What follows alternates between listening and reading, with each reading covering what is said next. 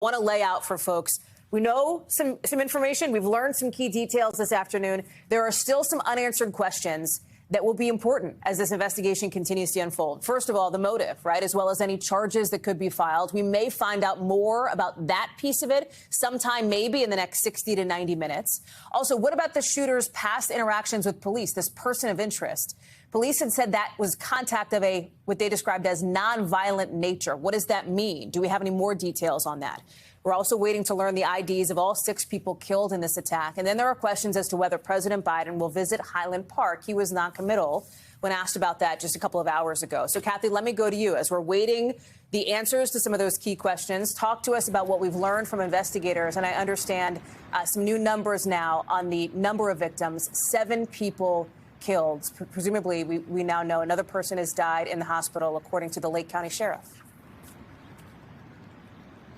Hallie, that's right. And the number continues to be very fluid because obviously we are now roughly 24 hours after this deadly shooting. So we're definitely learning more information about what exactly took place and also a little bit more about this planned attack. So let me walk you through a little bit more about what we heard from law enforcement not too long ago. They say that the gunman planned this attack for several weeks and went to this crowded parade with a high-powered rifle and then accessed a fire ladder, was able to get onto a roof and then fired roughly 70 rounds into the crowd. And keep in mind, this was July 4th, and this was a tradition for a lot of families.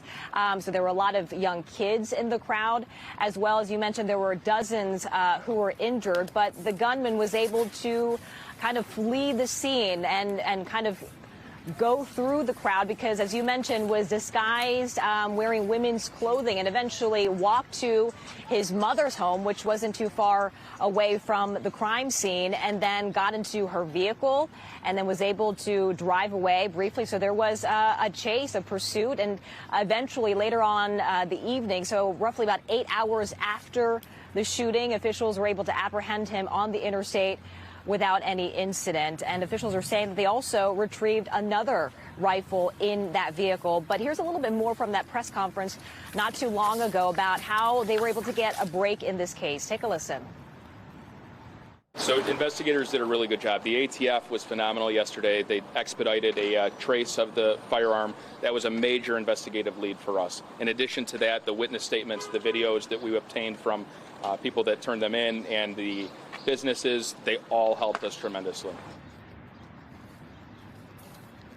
And Hallie, officials added that there was no one else involved. And as you mentioned earlier, it's still unclear on a motive. However, we do know, and just having been on the ground for the better part of a day now and talking to a lot of folks here, in fact, a physician not too long ago, she treated 8 patients yesterday, all victims of this mass shooting. And I can tell you that the pain is reverberating in this community, and you can see it on her face. I mean, she has treated a lot of trauma victims before, but, you know, she had tears in her eyes, and she had some physician friends who were actually at the parade yesterday and kind of gave her a heads up that this was happening. So she kind of had to mentally prepare herself to receive these patients. Initially, she was told that 3 victims would be here, but that number jumped to 8.